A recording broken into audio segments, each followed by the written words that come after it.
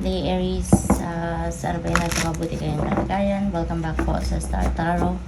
Kung bago kayo dito, welcome din kayo. Thank you for your support. I truly appreciate it.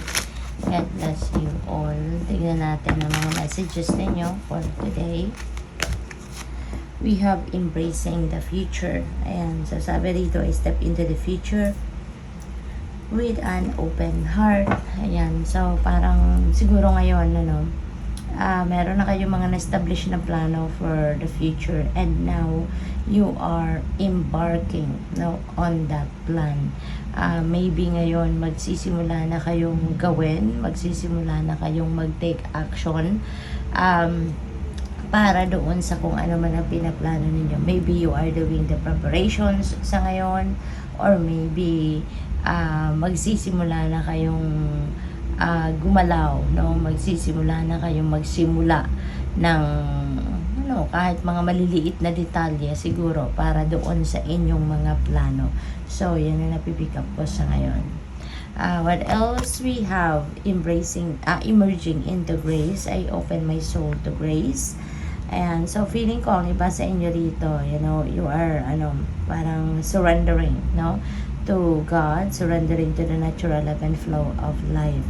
At maaring sa ngayon, you are doing something para makapag-reflection kayo, makapag-declutter kayo ng mga negativity sa isip ninyo, sa puso ninyo, sa energy field ninyo, because you are kapag may nakapaligid sa inyo na negativity sa sarili ninyo, that can get in the way, diba? From receiving those grace, from receiving those blessings from the universe. Kaya ang iba sa inyo dito parang naglilinis, nagpa-purify, nagde-detoxify ng inyong sarili. We have embarking on an adventure. Ayan, I savor the wonders of the world. Meron ditong travel, nagaganapin or gagawin ang iba sa inyo rito, and maybe this is an international travel. So, possible na ang iba sa inyo rito is going to you are going to siguro magta-travel kayo maybe around the world, or maybe across the globe, or maybe meron kayong pupuntahan, This could be for various reasons. So pwedeng pasyal talaga, pwedeng tour ito, or pwede rin naman na meron din kayong bibisitahin, meron din kayong pupuntahan, So pwede rin ganun ang sitwasyon dyan. So mag-iingat kayo and good luck.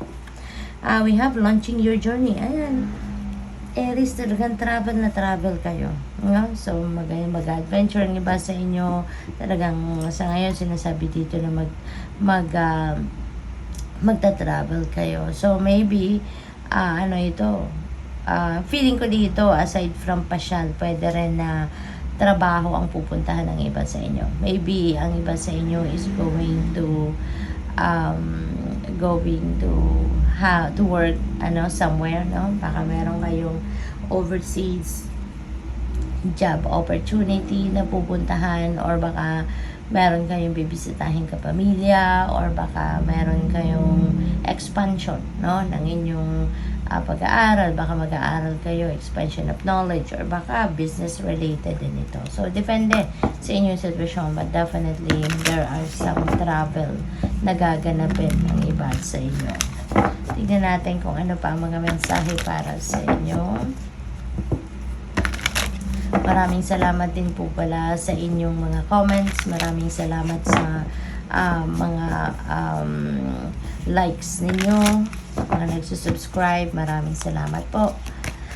We have denial. I acknowledge my fear, but I replace it with the insight of awareness. Ayan. So siguro ang iba sa inyo sa ngayon, parang siguro may takot ang iba sa inyo, May takot kayo nararamdaman about the situation, kaya parang you are in denial, Hindi ninyo gustong tanggapin, or hindi ninyo ina-acknowledge ang kung ano man ang sitwasyon na nanariyan, because maybe may takot kayo na what if, diba? Ano mangyayari na lang sa akin? Anong mangyayari kung tatanggapin mo ang nangyayaring ito sa buhay mo. Diba? Kaya parang para maiwasan na mag-worry kayo masyado, para maiwasan na may stress kayo masyado, parang hindi ninyo to ina-accept sa buhay ninyo kung ano man ang mga nangyayari sa ngayon. So, what else? We have fear. Ayan, so may takot talaga, no? Meron talagang fear ang iba sa inyo sa ngayon na nararamdaman, Aries. So, whatever that is, no? Always remember na kapag may takot kayo sa inyong dibdib, no?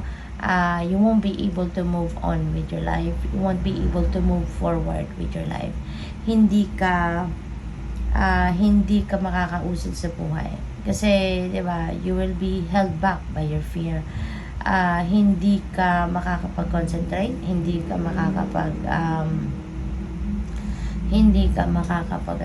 makakapag-isip ng maayos kasi mas pipiliin mo yung takot, no? Ang yung mamayani sa puso ninyo. Kaya pag-isipan po ninyong mabuti, compare ninyo ang inyong mga sitwasyon, compare ninyo yung mga nangyayari. If you are going to keep the fear, no, sa isip at sa dibdib ninyo, what's going to happen? Diba? But if you are going to release that fear from you, ano ang pwedeng mangyari, diba? So i-compare ninyo ang mga scenario para mapagdesisyonan ninyong maigi what is best for you to do. Alright? So what else? We have happiness. I am aware that being happy means that I am on the right path. Okay? So sa ngayon, Aries, magiging masaya kayo. Eventually, magiging masaya kayo. Maaaring yung mga takot na to, yung denial na yan, maybe that's gonna be behind you. Magkakaroon siguro kayo dito kasi magra-reflection kayo eh. So maybe with that reflection, magbibigay daan yan para mas maintindihan ninyo ngayon kung ano ang mas dapat ninyong maramdaman. Kung ano yung pipiliin ninyo na dapat ninyong maramdaman for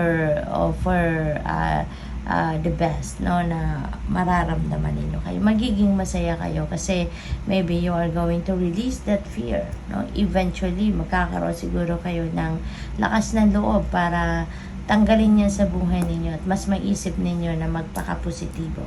Okay? So, what else?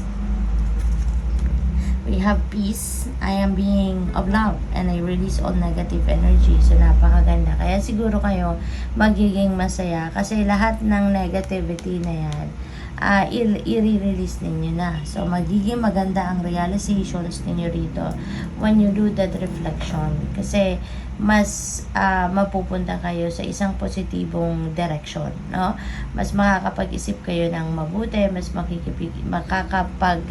marirealize ninyo kung ano yung best para sa iyo, which is tanggalin na yung mga fear na yan. Kasi kapag wala kayong takot, mas magiging masaya kayo, mas magiging magaan ang inyong pakiramdam, and you will be at peace.